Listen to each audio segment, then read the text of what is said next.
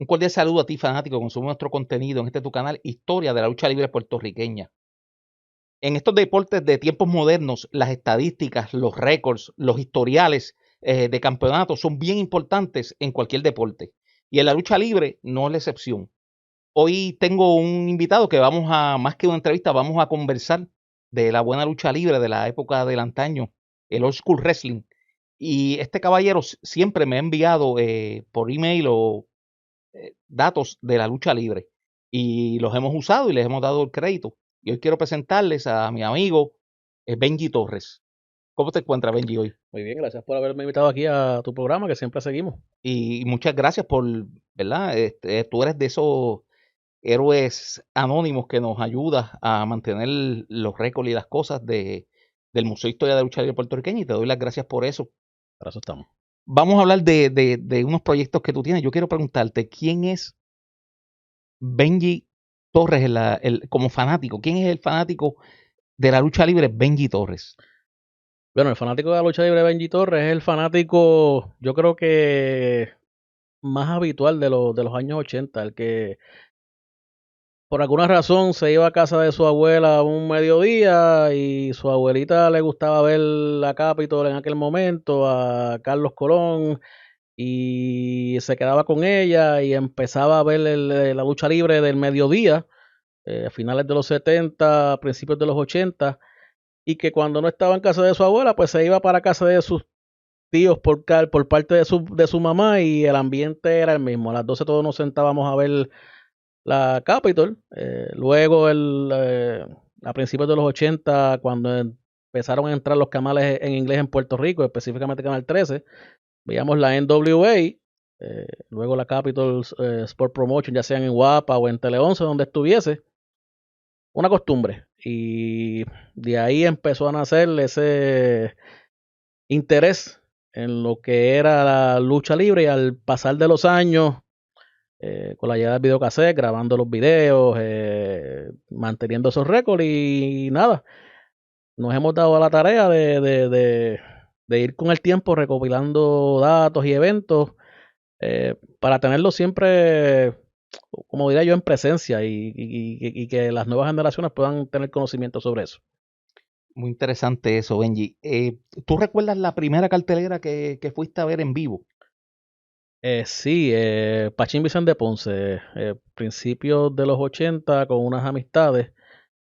En aquel momento, me acuerdo, los hermanos Funk estaban en el Pachín Vicente de Ponce. Eso era cuando el Pachín todavía no lo habían agrandado, pero el Pachín era una de las casas, wow, habituales de, de Capitol en los años 80, principalmente domingos. Cuando no iban al oeste, iban a Ponce los viernes. eh, los hermanos Martel, los hermanos Funk en esos momentos de los 80, los Invader 1 y 2, todavía el Invader 3, aunque sí estaba Johnny Rivera, pero no estaba como el Invader número 3, Carlos Colón, todas estas figuras de la NWA que venían a Puerto Rico, no solamente de la NWA, de prácticamente todos los territorios, pero principalmente de la NWA. En defensa, Ric Flair venía a Puerto Rico habitualmente, y por ahí empezamos. Y oye, es curioso porque en los años 70 y 80 hubo diferentes cambios. Yo recuerdo que ya para finales de los años 70, Ponce, el Pachín Vicente era una plaza de los Sí, viernes. Todos los viernes los había viernes, lucha exactamente. en el Pachín Vicente. Incluso el lamentable suceso en el año De Michelle Martel. 1978 que fallece Michel Martel, Ujú, pues fue en Ponce, ujú. un viernes.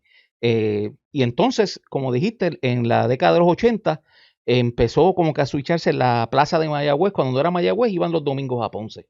Exactamente, se turneaban entre Mayagüez y el Coliseo Luis Díaz de Aguadilla, que era el coliseo que usualmente, habitualmente iban al área oeste. Incluso ahí se escenificaron luchas por títulos tan importantes como el de la NWA. Ric Flair hizo defensa de ese campeonato allí en Aguadilla. Sí. Oye, y es bien interesante porque yo recuerdo, ahora que estamos hablando, ¿verdad?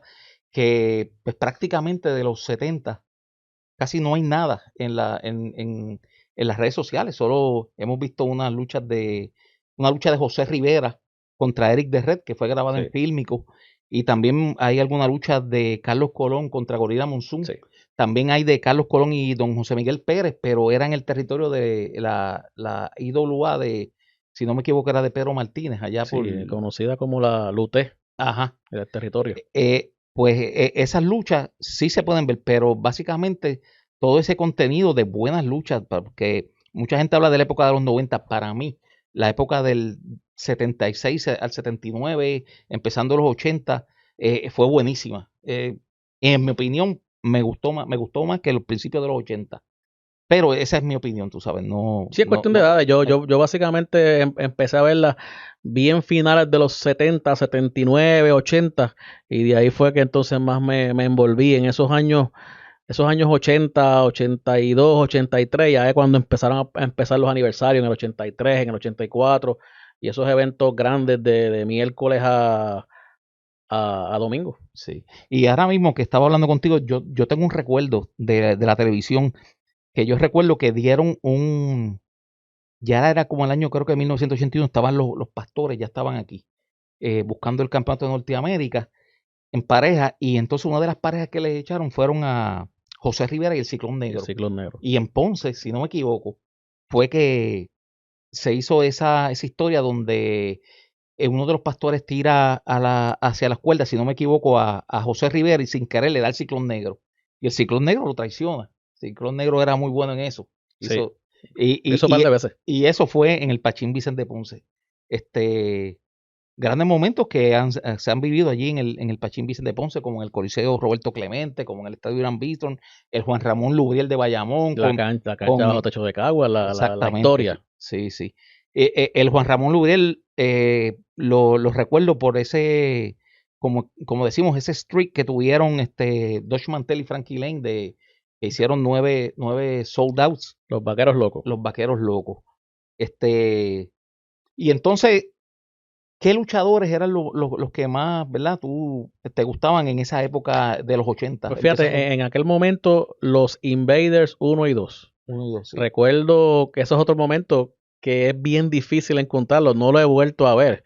Cuando el Invader 2 traiciona al Invader número 1, recuerdo que fue en la mesa con Requín Sánchez. Ya habían habido unas situaciones entre ellos y en la mesa el Invader 2 se para y sucede un altercado entre ellos. Los Invaders número 1 y 2, siempre que el Invader 2 regresaba a Puerto Rico, no era muy habitual después que él se fue, regresaba cada 2, 3 años, estaba bien poco tiempo y se iba. El temple, el carácter, la musculatura, era bien diferente a los demás. Yo admiraba mucho en aquel momento Ric Flair cuando venía a Puerto Rico. Era como un evento grande el tú ver a ese luchador y después empezar a ver los territorios y verlo luchar días diferentes en diferentes cuadriláteros, en diferentes arenas y que viniera aquí a Puerto Rico. Básicamente, entre los Invaders, Bruce Brody eh, era en ese tiempo del 87, 88. Yo recuerdo cuando él vino a Puerto Rico a finales del 83, principios del 84, lo trajo Barrabás. Y las grabaciones las hacían en la Pepín Cestero. Correcto. Una lucha que él tuvo con, si mal no recuerdo, con Jorge Clemente. Segundos antes, Barrabás se había bajado del ring con Stan Hansen. Correcto. Minutos antes se había bajado del ring con Conga de Barbarian. Y de momento entra Bruce Brody. Momentos que a mí me marcaron. Principalmente en ese tiempo, esos luchadores, el Invader número 1, el Invader número 2, luego el Invader número 3, Brody,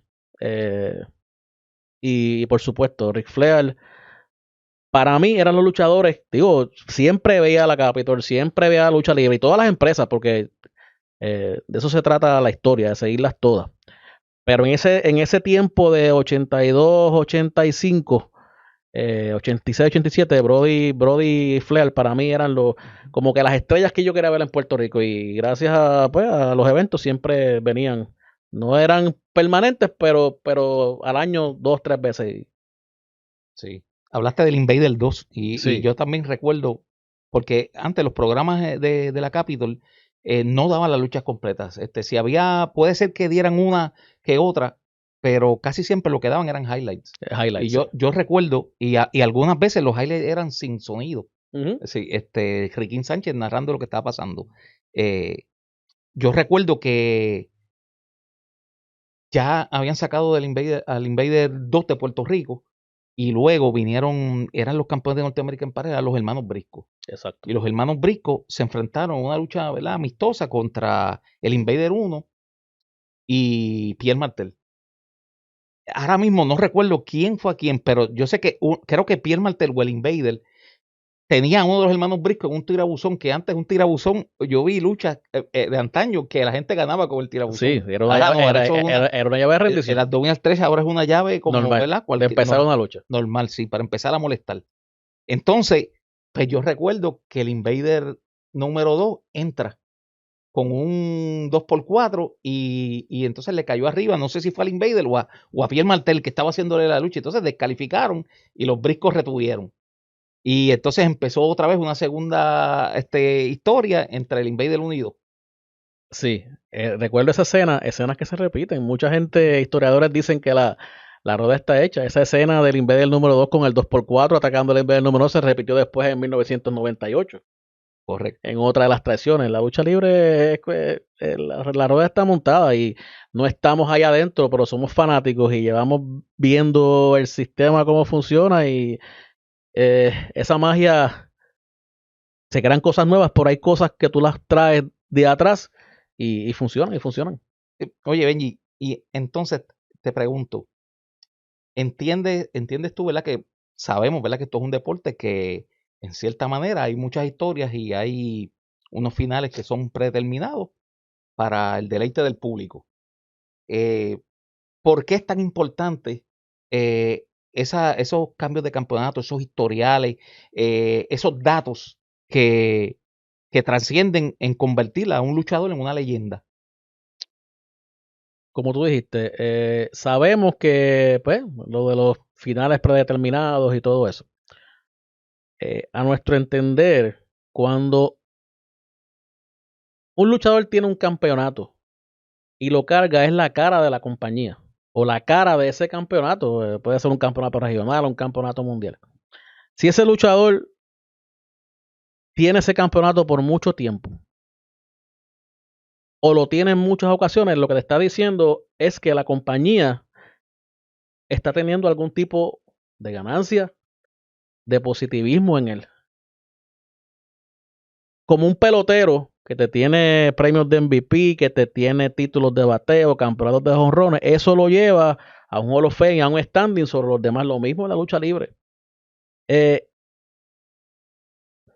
Vuelvo y digo, no soy luchador, pero cuando una empresa decide darle un luchador a algo, a un campeonato de luchador, alguna razón tiene. Para mí por eso es tan importante los récords, preservar esos récords. ¿Qué hizo este luchador? ¿Qué complementó ese luchador a esa compañía que fue? Brincó a otra compañía, tuvo otro campeonato. ¿Por qué esa otra compañía también decidió darle otro campeonato? Hay luchadores que van a diferentes compañías y en todas son campeones. Sabemos que los tiempos de antes, diferentes a los de ahora, antes para ganarse un campeonato, tuvías luchadores que estaban hasta años para llegar a ese tope. Te empezaban como junior completo, luego pasaban a pareja y puedo mencionar nombres de luchadores que los 80 que empezaron siendo joven y a los 5 o 6 años fue que vinieron a tener un campeonato y ahora son estrellas.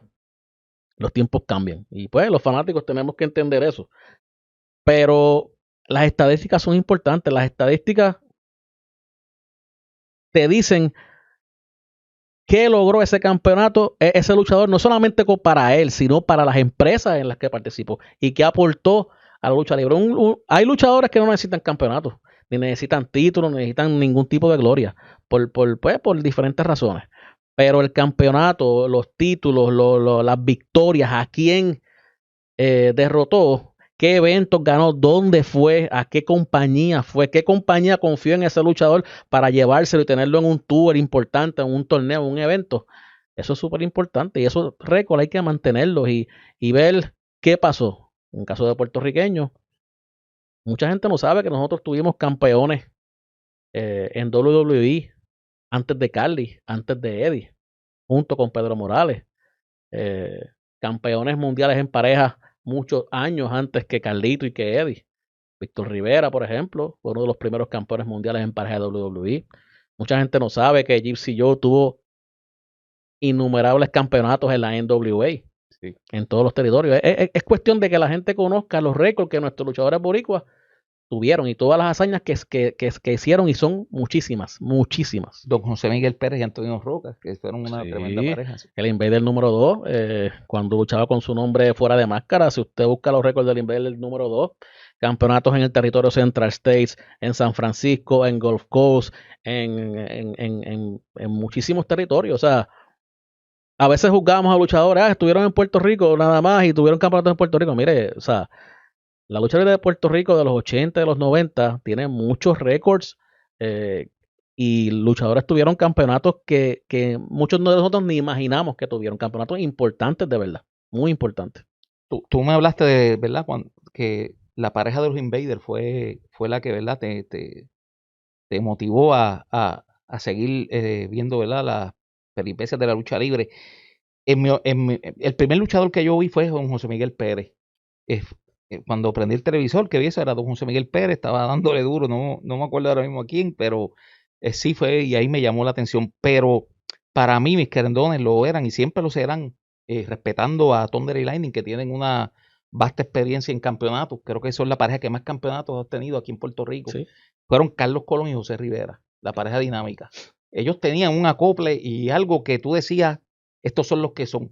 Y José Rivera fue a muchos territorios Sí, también. a muchísimos. Y luchó como José Rivera, luchó como El Huracán Rivera. Huracán Rivera, luchó como The Strangler, también, tuvo muchos campeonatos.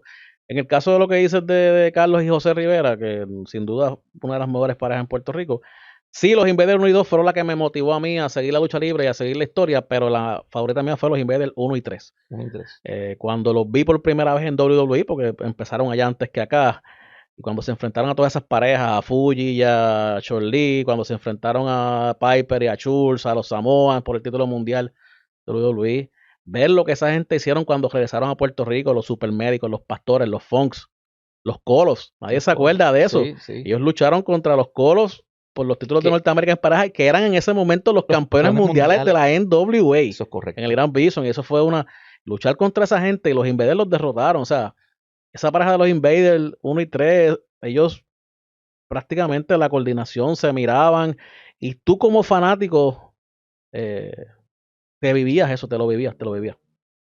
Sí. ¿Cómo nace ese, cómo empiezas a hacer eso, adentrarte en ese mundo de los récords y los historiales de campeonato y esas cosas? Pues mira, cuando muchachito, nene, siempre lo hacía. Yo coleccionaba revistas, grababa los programas en los videotapes, las carteleras que salían en el vocero yo las recortaba y las guardaba. Por situaciones, pues, de mudanzas y de cajeras militares que tuve, pues, muchas de esas cosas, la mayoría, pues, se perdieron. Siempre he tenido esa inquietud. Yo compraba las revistas para ver las páginas del centro donde salían los ratings de todos los territorios. Había una revista, Wrestling All Stars, que había una página que salía todos los campeones con las fechas en que ganaron los campeonatos de todos los territorios. Y yo creo que esa era la página que a mí más me llamaba la atención. Y a través de los años, yo vi a la Capitol, cuando llegó la All Star Wrestling, vi a la IWA, diferentes empresas que se formaron, WWA, muchas. Y siempre me ha gustado, ok, este luchador luchó aquí, luchó allá, ¿dónde luchó? ¿Qué títulos tuvo? Siempre he tenido esa inquietud. De unos años para acá, pues, por cuestiones profesionales, estoy un poquito más relax. Y me he tomado la tarea, pues, de ir poquito a poco, con el tiempo que tengo, ir buscando diferentes récords de títulos, de historia de X luchador, básicamente luchadores de Puerto Rico, y en esas estamos buscando la manera de presentar eso y de enseñárselo, a los que vivimos esa época, buscar que se acuerden de eso y enseñárselo a la generación de ahora. Otro dato, había una revista también que se llamaba la Inside Wrestling, Sí. que en la última página te ponían una página de una lucha de la historia, Sí. y al lado ponían los récords de Los récords. eso se llama el Roll Call of Champions, Ujú, y era cuando los campeonatos cambiaban de mano. exactamente. Y ahí también había mucho de WWC. Sí, Sí, siempre WWC, inclusive aparecían todos los rankings de Wrestling All Star, Pro sí, Wrestling Illustrated, que eran las revistas más importantes, esas aparecían siempre, aparecían junto con NWA, aparecía WWE, la World Class, UWF, todas esas compañías, y aparecía siempre, que de hecho, como dije, era una de las páginas que más me llamaba la atención, la de Roll of Champions, y siempre aparecían todos los títulos de WWC, desde el Universal hasta el Junior completo, el femenino, todos. sí, sí. Eh, entonces, ¿en qué etapa está ese proyecto, Benji? Está bastante avanzado, lo estoy haciendo pues un poquito más sencillo a nivel de computadora por acá, buscando los datos, para entonces después cuando tengamos ya el escrito hecho, entonces buscar la manera de presentarlo, pero cada semana a pasito pues de tortuga, pues tenemos también otros compromisos profesionales, eh, vamos añadiéndoles, yo creo que ya en unas cuantas semanas, quizás un mes o dos, puede ser que esté completo. Muy bien. De todos esos momentos, de todos esos historiales de campeonatos, cambios de mano que tú puedas recordar para ti, ¿puedes mencionarme uno que otro de esos que haya sido, que tú entiendas de lo que son de los más que te han llegado? Fíjate, que me han llegado eh, muchos, cuestión de fanatismo, muchos del Invader número 3 cuando ganaba el campeonato mundial junior completo. Eh, uno que siempre también, y he visto esa lucha, yo creo que más de 1000 veces, fue cuando Hércules Ayala derrotó a Randy Savage por el campeonato de Norteamérica. Tremendo. Sí, yo sé que han presentado mucho la lucha de Carlos Colón y Ric Flair cuando Carlos derrota a Ric Flair, la que presentan mucho, que era por el campeonato de WWC, esa lucha no es la que es por el campeonato universal. Esa Ujú. fue en el Clemente y esa fue no me equivoco, en el Lubriel o en el En el Inviso, la Lourdes, que sí. enseñan. Pero esa lucha de Hércules Ayala y Randy Macho Man Savage me llamó muchísimo la atención. Primero estuve ahí, pues fue en Ponce, fue en el Pachín Vicente de Ponce. Eh, y ver semanas después de ese evento en lo que se convirtió Randy Macho Man Savage. Yo creo que en un momento en los 80, él junto a Hogan, Flair y André eran las figuras máximas. Y pensar que semanas antes estaba en Puerto Rico defendiendo el campeonato de Norteamérica. Oye, Creo que sí. ese en cuanto a cambios de título ha sido el que más a mí me ha chocado. Oye, Benji, ahora que tú dices eso, tuvimos la oportunidad de que por lo menos Randy Macho Man Savage, yo lo veía, si no me equivoco, a veces eran los domingos, a veces eran los jueves por la noche, después de las noticias, a las Sí, 11 en el sí. canal 4 la ICW. Sí, Ya, sí. ya yo veía que ese hombre iba a despuntar. Tenía todo lo necesario para ser un gran campeón y así fue. Sí, la ICW primera, la del Ajá. papá, porque La de hubo otra Pofo. después de los Sí, Saordi, sí, no, la de pero Pofo, sí, la de Poffo, sí, sí. sí, Sí, ya él despuntaba. Después él brincó un poquito a la AWA, ahí tuvo unas riñitas con Jerry Lawler, por unos campeonatos que hubo allá, si no me equivoco, de la televisión de la AWA, o un campeonato regional de la televisión, hasta que llega a Puerto Rico, y yo creo que si a él no lo hubiesen, opinión mía, yo creo que si a él no lo hubiesen filmado, él hubiera estado aquí más tiempo, y yo veía esa riña de Macho Man, yo la veía como con una riña de Macho Man y Carlos Colón, que empezó, sí, se paró pues porque él se fue de Puerto Rico y de hecho sí. cuando él defendió el campeonato de Norteamérica ya había salido en revistas que ya la había filmado. Sí, sí, ahí La había yo filmado. tengo revistas con esas fotos con el campeonato de Norteamérica. Y ese campeonato era regional de la IWA, pero toda esa acción fue en Memphis, Exacto. la de Macho Man. Se Exactamente. llevó a su hermano, Lanny Poffo, Sí, para a allá, Lipoffi, Lipinlani. sí, Lipinlani, que era buen luchador que después también, fue The Genius. de Genius, sí. Y yo creo que si Macho Man no hubiese filmado en WWE, hubiera sido un evento histórico para un aniversario 85. Sí. Yo creo que para eso íbamos, aunque pues para aquel tiempo también estaba bien, la riña de Carlos Colón y Abdullah de Buche era otra cosa para Sí, aquel tiempo, eso no tenía pues freno. no tenía freno. Sí, muy interesante. Eh, de esas cosas así que estábamos hablando, me dijiste del Invader 3. Y yo recuerdo, antes de ir al Invader 3, antes de que se me olvide, yo recuerdo que Macho Man Randy Savage tuvo una lucha, no Sí. recuerdo en desenlace, contra Carlitos Colón, y eran unos andamios. Ujú. Y en la entrevista, Randy Macho Man Savage dijo que iba a levantarse, recuerdo a Ricky Sánchez traduciendo, que iba a subir el andamio, iba a coger a Carlos Colón y se iba a tirar con él al Sí, precipicio. sí, sí, sí. Y entonces era tan veraz como ese hombre hablaba que tú decías, diache, lo va a hacer. Eran grandes Eso momentos. no, sí, y incluso Macho Man tuvo una lucha en esos tiempos aquí en Puerto Rico con el Invader número 3 y fue un luchón. Sí, O sea, el sí, sí. Invader número 3, aunque para aquellos tiempos la lucha estaba dividida entre los juniors completos y tenían su cuestión de su peso y todo eso, el Invader 3 se batallaba con los heavyweights. Yo creo que era uno de los pocos juniors completos a nivel mundial en aquel tiempo que se batallaba con los heavyweights como me hubiese gustado.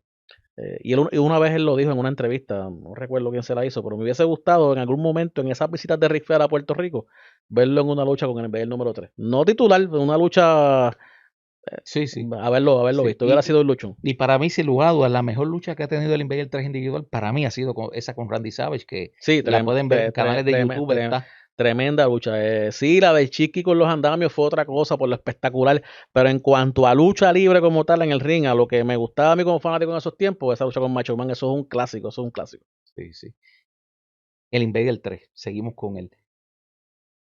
Mucha gente, hay gente también que a veces habían carteleras de última hora, como por ejemplo, yo he tenido un par de tertulias amistosas con gente que a veces tachan a uno de embustero, porque en las carteleras había unas luchas, pero después pasa algo entre viernes y sábado y la cartelera cambia.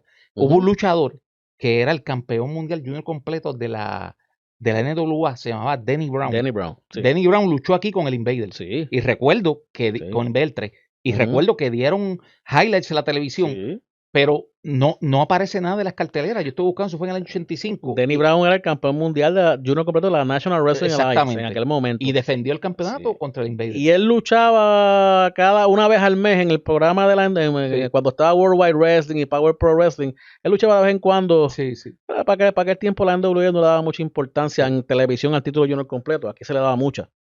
Y él vino a Puerto Rico a luchar con el Invader 3 siendo campeón de WWC y él campeón de la NWA. Y recuerdo eso, sí, que presentaron highlights sobre eso, pero quedó ahí, no se desarrolló más esa riña, pero sí, eso pasó. Y en una revista fue que lo pude ver, que había una foto, el Invader 3 contra Denny Brown por el título De hecho, mundial junior completo. el Invader número 3, además de ser campeón junior completo en WC varias veces, fue campeón ligero de la UWA de México. Eso está en datos. Tuvo una riña ya con Aníbal y con... pero tiene unos datos unas estadísticas bastante históricas. Uno de los pocos luchadores que luchó por el campeonato mundial junior completo de la WWF, retando a Tatsumi Fujinami, Madison Square Garden, esa lucha está en YouTube. Luchó por el campeonato junior completo de la New Japan contra Tiger Mask, esa lucha está en YouTube. Y luchó por el campeonato, ahí lo hizo como el Invader número 3, y luchó por el campeonato mundial junior completo de la ICW frente a Ray Odyssey. Para el tiempo de los 87, hubo un tiempo que el Invader 3 estuvo fuera de Puerto Rico, hizo campaña allí en la ICW y luchó por ese título. El Invader 3 ha luchado por título junior completo prácticamente en las compañías más importantes de los años 80. Y sí, al igual que otro gran luchador, el señor José Estrada, que también ha luchado por lo mejor de lo mejor. El primer campeón junior completo de la WWE. Tanto como José Estrada como el supermédico número 1. Exactamente. Sí, entonces otro dato más es que mucha gente, hay gente que me preguntaba si Bob Backlund había luchado en Capitol Sport Promotion. Y hay gente que decía que no. Él vino en el año 1984, hubo un torneo por el campeonato mundial en pareja, que los que ganaron ese torneo fueron, creo que Black Gorman y Supermédico. Entonces, él hizo pareja con Carlos Colón. Ok. Y lucharon una sola vez, se eliminaron en el primer round. De hecho, cuando a Carlos no miran para Hall of Fame de WWE, no recuerdo dónde fue, yo creo que fue un canal de televisión de Puerto Rico, están entrevistando a Carlos Colón y hacen un mini reportaje de eso y aparece Bob Backlund. Y Bob Backlund habla sobre una visita que él tuvo a Puerto Rico. No recuerdo exactamente que él mencionó la parte del título mundial en pareja, pero sí, él dice,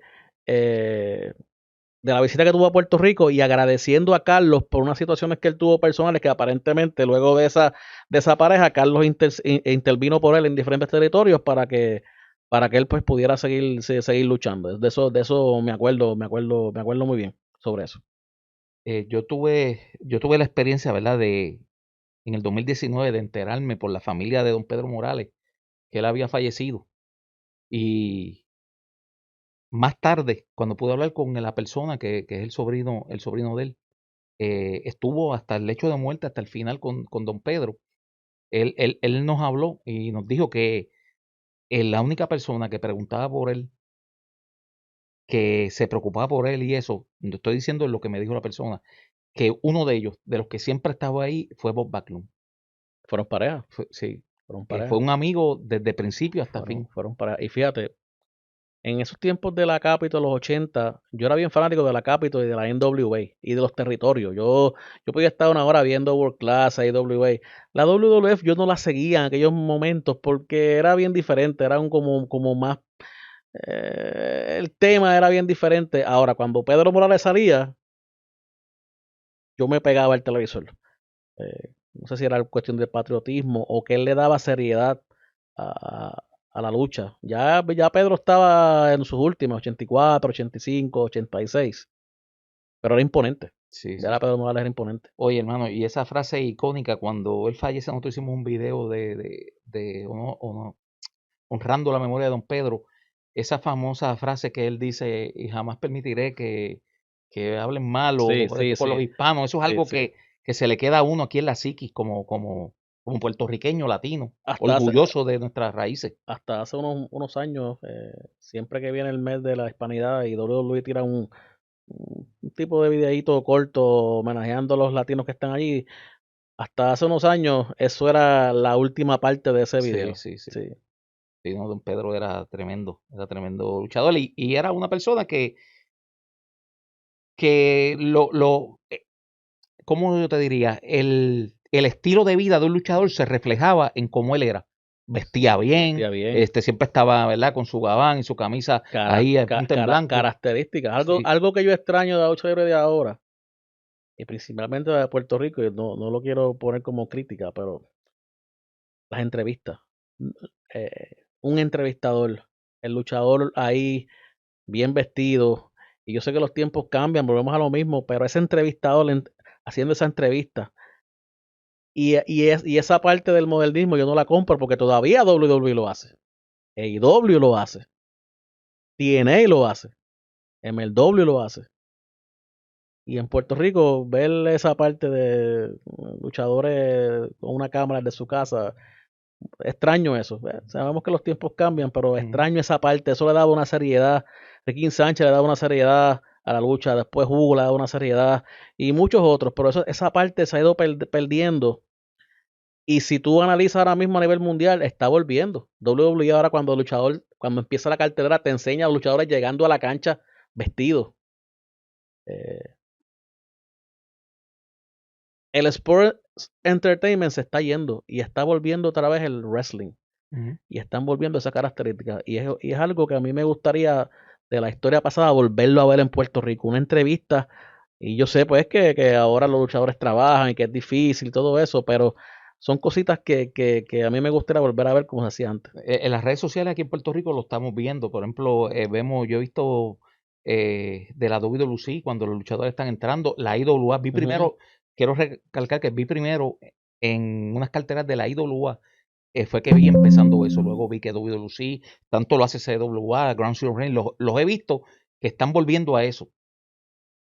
Y es muy, muy Sí, importante. hay que hacerlo. Y cuando tú y yo, ahora mismo que tú y yo estamos hablando, yo estoy recordando cuando Carlos Colón estaba en una entrevista con Ricky Sánchez, que él se levanta y está bien vestido.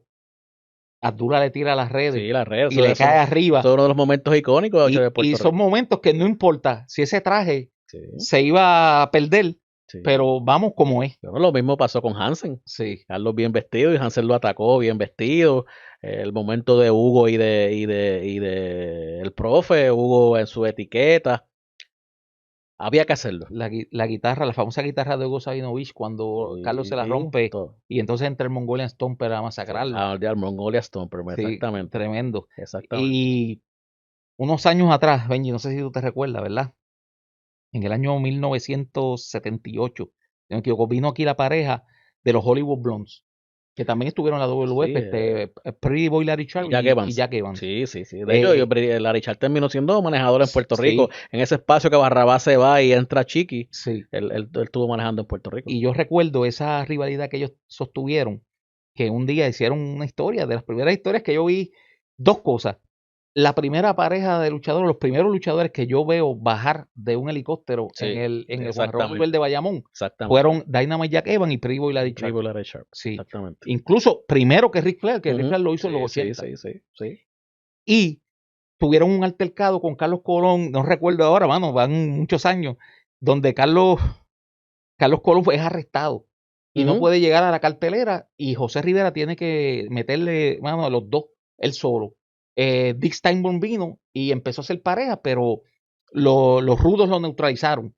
Y entonces en los highlights de la televisión se presenta que Carlos viene con su maleta y cuando va llegando la maleta ve para el ring y ve que a José Rivera lo están destrozando y sale corriendo con la maleta así, vestido, quitándose la camisa, el gabán y vamos y a darle la mano a José Rivera. Y eran historias que tú decías, che, mano, yo quiero volver para el Luvier nuevamente, para donde hubiese sido la Sí. continuación. No había que tener una cámara en un baño, en un cuarto. O sea, las cosas pasaban en el mismo estudio de grabación o en el ring. O sea, el ring de ese sábado te llevaba a la cartera de la próxima semana. Con simplemente una acción. O en una entrevista. O sea, hay que, como dicen ahora, hay que dársela a los bookers de aquel tiempo. Eran otras cosas. Y de hecho, tú ves historias en estos años recientes en Estados Unidos que tú viste hace 30 años en Puerto Rico. Las viste hace 30 años. Yo tuve aquí a Chiquista en las Navidades y estábamos hablando, ¿verdad? De los coquitos, de esas cosas, y empezamos a hablar de esas rivalidades que sostuvieron él y Ron Stark con los Invaders y todo eso, y pusimos un video De las inédito. mejores parejas que tuvieron en Puerto Rico. Pusimos un video inédito de esa rivalidad. Y yo le dije a Chiqui, eso fue en el año 1988, la cartera estaba como que, no es decir que estaba floja, pero yo recuerdo que yo salí de trabajar y llegué a ver la lucha, que la habíamos grabado, andaba con mi primo y nos sentamos, pusimos la lucha, y entonces pasó lo que, ¿verdad? Hubo un accidente en la lucha donde el Invader 1 le hizo un backdrop a Manny Fernández afuera y se lastimó y no podía luchar. Sí, exacto. Sí. Entonces Ahí se fue de Puerto decidieron Rico. hacer una lucha donde Fue Aguadilla. exacto. Y entonces la otra semana decidieron hacer una lucha donde ellos eran tres, Carlos y los Invaders, pero decidieron, pues, luchen dos. Exacto. Y decidieron los Invaders unidos. Entonces los Invaders, los primos Masacraron, sí. y después a Carlos. Ujú. Y resulta que entonces iban Carlos y el Invader contra Ron y Chiquistar en Cagua. Exactamente. Mira, ahí yo dije, no, tenemos que ir para la lucha. Y eso, yo no pensaba ir para la lucha. Pero cuando vimos esa historia, mira, hay que ir a comprar ese boleto. Eso fue después de lo del Invader número 3. O sea, ellos masacran al Invader, los masacraron a todos, pero al Invader 2 prácticamente lo sacaron por un tiempo. Sí. Hubo muchas situaciones entre esas dos parejas. La vez que junto a Abdullah dejan sin ropa al Invader número 1 en Río Piedra, que después en el próximo programa Ron y Chiqui están burlándose en el estudio y entran los Invaders y le hacen lo mismo, que eso lleva a la lucha de Carlos y los Invaders contra los primos y Abdullah, y vino lo de la amonia y por ahí para abajo. Sí. Todo eso es la lucha libre. Una cosa va llevando a la otra y vamos o creando cosas nuevas o repitiendo. Chiqui, luego de que dijeron los Invaders se fueron del estudio, que se llegó él con Ron Stark, entre medio desnudo y vestido. Sí. Y entonces algo que me cargó a mí en la psiqui fue que él dijo, y si alguien tiene que morir, a mí no me importa. Si alguien viene con un script así, una línea aquí ahora, un punchline así, van a querer que le cierre la empresa del canal. Exactamente. Exactamente. No, ahora eso no se puede hacer. Igual que el momento de Hansen y Carlos, cuando Chiqui le habló eso, tú haces eso ahora y no, muchachos, te van a caer encima, las palabras que dijo Chiqui en aquel Sí, momento, sí, sí. los comentarios que hacía el profe cuando lo ponían a narrar a veces de emergencia, eso, o sea, era bien difícil. La lucha libre antes se insultaba, era algo más personal, era diferente, era diferente.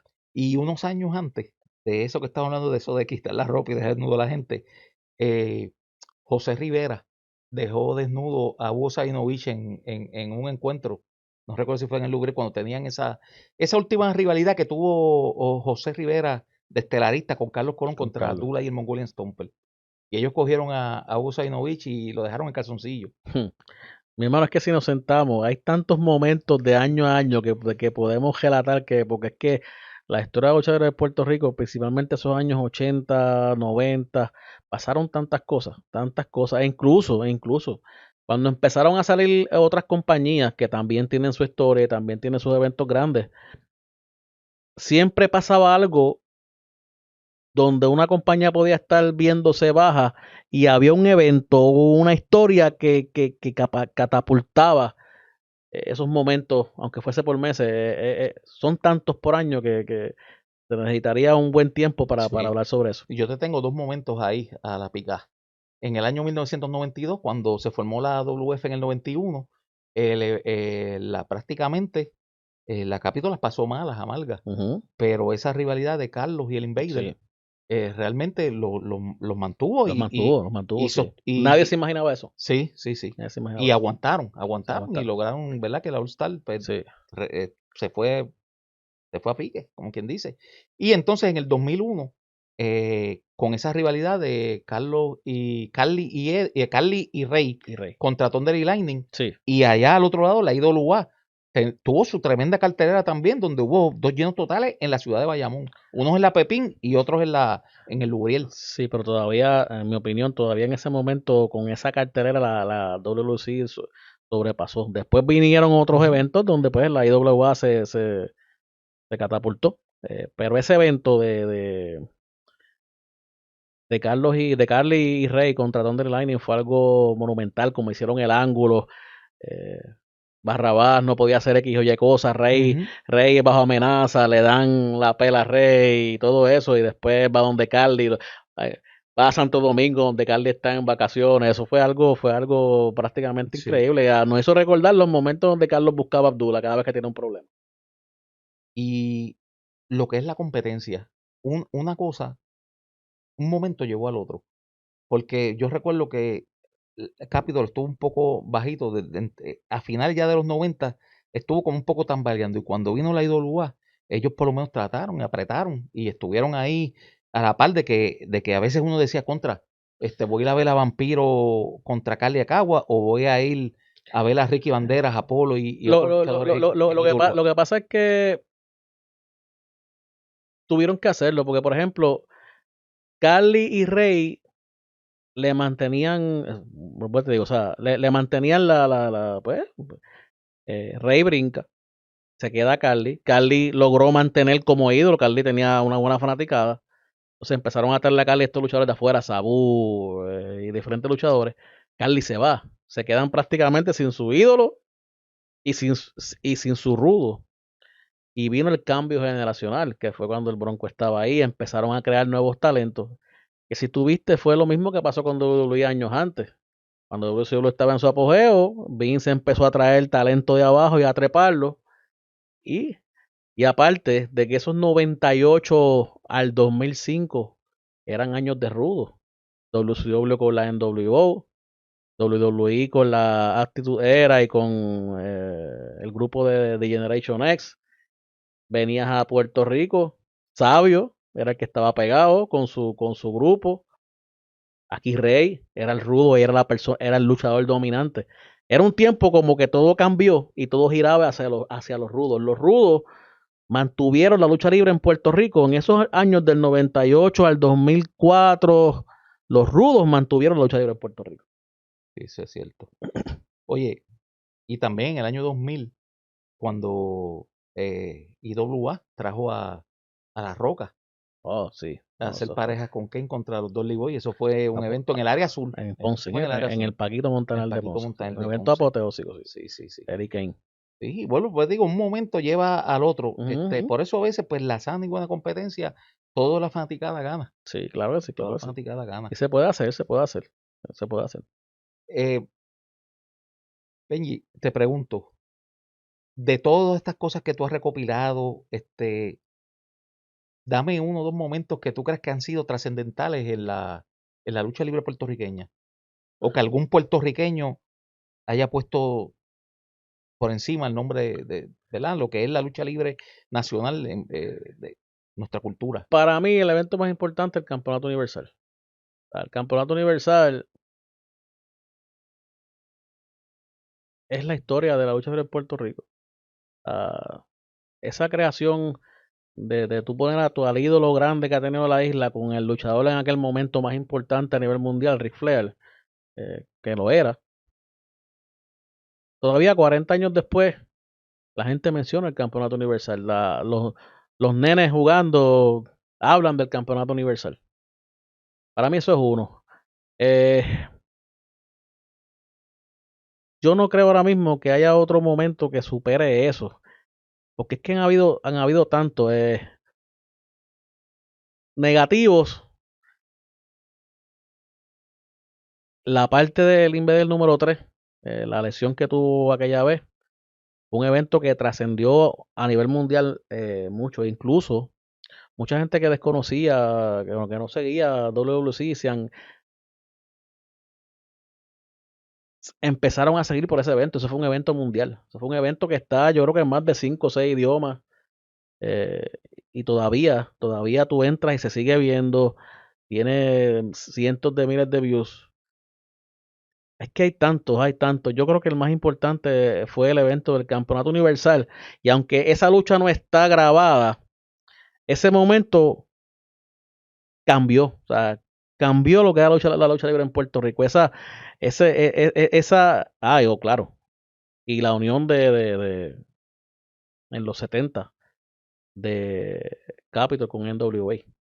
No, claro, sí. Eso marcó el éxito de la lucha libre en Puerto Rico. O sea, el tú todos los meses tener dos luchadores aquí de NWA que tú los veías y ese tipo viene para acá, sí, ahí estaba. Aquí se defendieron títulos, el Mundial, el de Estados Unidos, Dusty Sí. Rhodes, Magnum TA, Tony Blanchard, Ric Flair, los Road Warriors, Ricky Steamboat, o Harley sea, Race. Harley Race, Baba, Garvin, o sea, Sí. de verdad que aquí vino la crema.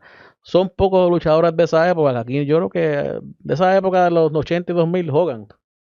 Pero que no vinieron, pues Hogan. Pero esos dos momentos, esa unión de Capitol con NWA, para mí marcó la diferencia en lo que fue la lucha libre en Puerto Rico. Interesante. Benji, mientras estoy hablando contigo, me vienen a la mente un montón de recuerdos de lucha y también me viene algo bien importante. Es que, mira, yo he tratado por unos cuantos años, yo he estado pensando un proyecto, eh, un podcast que podamos hablar, ¿verdad? Entre amigos y conocedores de la lucha, sobre la evolución de la lucha libre puertorriqueña, nuestra lucha libre nacional, y no he podido encontrar esas personas que queremos hacer esto realidad. Y yo te pregunto, ¿te gustaría ayudarme en eso? Seguro que sí, estamos disponibles siempre y cuando, como te dije, llevar la historia, que la gente la conozca y que la gente sepa lo que fue la lucha libre en Puerto Rico. A veces vemos gente con esto de redes sociales que se creen que la lucha libre empezó de un año para acá o de unos años para acá, no. La lucha libre en Puerto Rico es estadios de 25,000 personas, 30,000 todos los meses. Roberto Clemente, Rubén Rodríguez, Irán Bison, estadios en el Caribe, Trinidad, República Dominicana. Seguro que sí, estamos disponibles para lo que tú necesites. Eso es muy importante. Oye, esta conversación yo la voy a dejar aquí porque te voy a invitar a un contenido que quiero hacer de un evento que va a pasar este fin de semana y quisiera que estuvieses conmigo Seguro, seguro. para hacerle no es un tryout, ya tú estás ahí, pero a ver cómo desarrollamos ese tema. Metemos mano, estamos aquí. Vamos a estar pendientes de ese folleto. ¿Tienes un nombre que le piensas poner un? Eh, Se trata de la historia de la lucha libre de Puerto Rico. No quiero poner ese nombre para, pero sí, es que básicamente eso, historia de la lucha, Sí. historia de la lucha libre en Puerto Rico, data, récords, almanaques, estamos buscando por ahí. Sí, Pero sí. como digo, quiero presentar la historia, los luchadores, los récords, los títulos y las hazañas de esos luchadores boricuas, tanto de los que conocemos, de los que están ahora y de los que no conocimos porque no habíamos nacido, porque éramos muy jóvenes, y de muchos que aunque sí estábamos vivos cuando eso, eh, hicieron nombre fuera de Puerto Rico en los 80, donde no había internet, había mucha comunicación y a veces no nos enterábamos de las hazañas de esos luchadores. Y como es el caso de Eugenio el Pulpo Marín, Sí. que mucha gente lo daba, ¿verdad? Conocieron la etapa que ya el prime de él había pasado, pero en el año 1962, 28 de abril, él retó a Nature Boy Buddy Rogers Por el aquí en Puerto campeonato, Rico por el exacto, campeonato mundial. de la NWA, Y esas cosas exactamente, son interesantes exactamente, y bueno que sepamos ¿verdad? Quiénes fueron esos pioneros, quiénes fueron nuestros ídolos de la lucha libre puertorriqueña. exactamente. Pues Benji, vamos a estar Seguro que pendientes sí, a eso. Muchas gracias por seguro que venir sí. Gracias a ti por invitarme. y vamos a ver cómo nos va este proyecto, cómo lo encaminamos. Seguro que sí, vamos a meter mano en eso. Fanaticada de lucha libre, ya ustedes vieron aquí el amigo Benji Torres, quien está a punto de sacar un libro, un calendario, almanaque, todavía el nombre está ahí en pañales, pero tiene que ver con los récords históricos de la lucha libre puertorriqueña, de nuestra lucha libre nacional. Vamos a estar pendientes a eso. Y suscríbase a su canal, Historia de la Lucha Libre Puertorriqueña, para que consuma todo este contenido histórico audiovisual a través de sus redes sociales. Estamos también en Museo Historia de la Lucha Libre Puertorriqueña en Facebook y estamos en Instagram como Historia Lucha Libre _PR.